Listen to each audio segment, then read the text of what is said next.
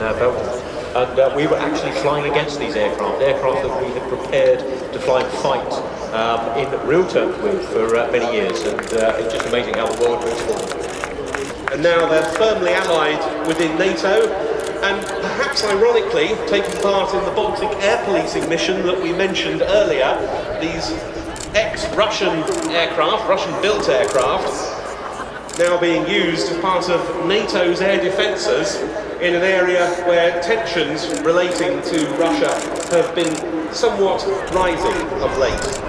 The aircraft announcing its run up to something approaching full power down at the right-hand end with a large cloud of smoke. Here it is rolling from the 1st Tactical Squadron, the Polish Air Force, the MIG-29A, the Fulcrum.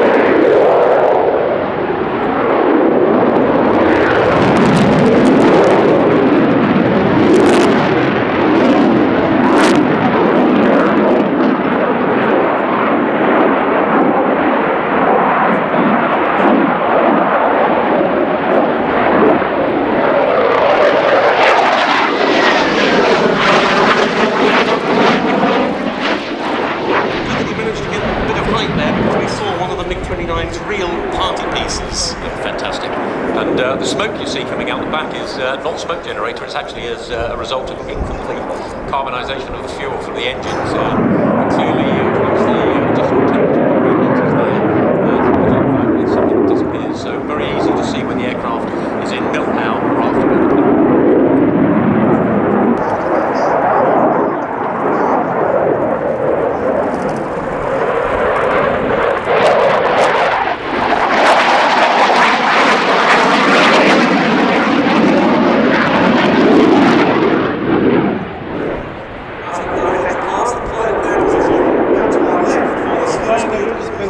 attack run. This is an aircraft without independent fly-by-wire controls. It's hopes that they'll carry on in service, some of the aircraft at least, until about 2030 due to an upgrade deal. Here now is that slow-speed high angle of attack pass.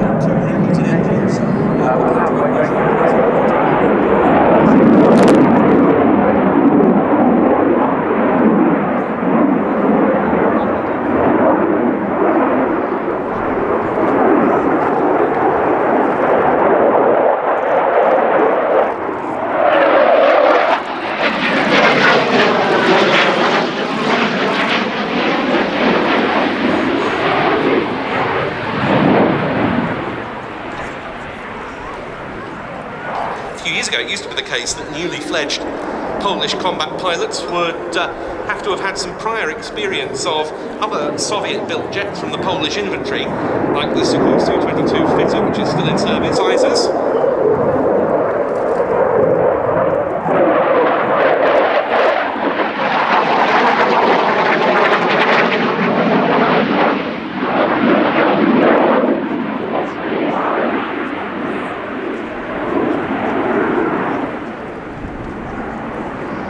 That would have been an inconceivable thought all those years ago when aircraft like this would have understood a Soviet armed advance into Western Europe and realised causing the ground.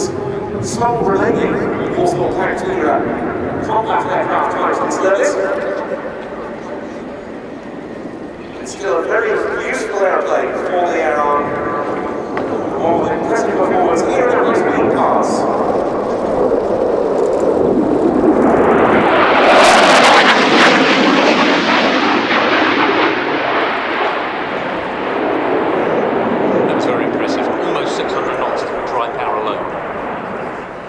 The Poles have put on the fins of their MiG-29s the faces of a number of Polish aviation heroes of the past, and the aircraft in the display today is the colours of a Pole who fought during the Battle of Britain now 76 years ago, Ludwik Paszkiewicz,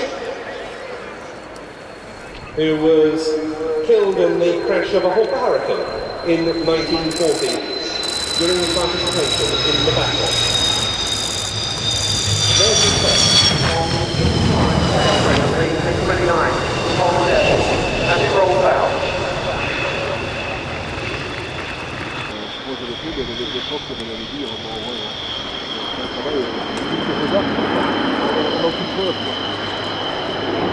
Now, very much in the RAF service as the Airbus Atlas V1 that was suffering from lower price as we compare over a number of years.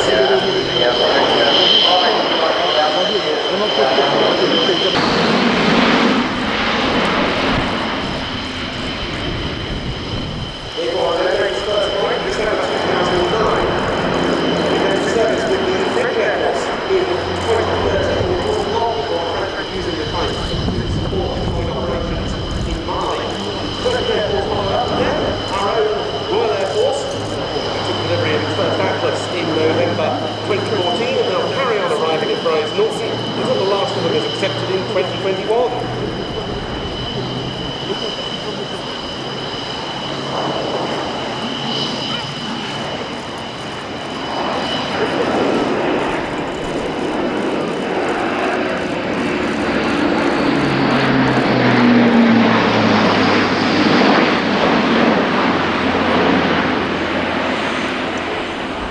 As with any new aircraft, the capabilities are being enhanced almost on a monthly basis.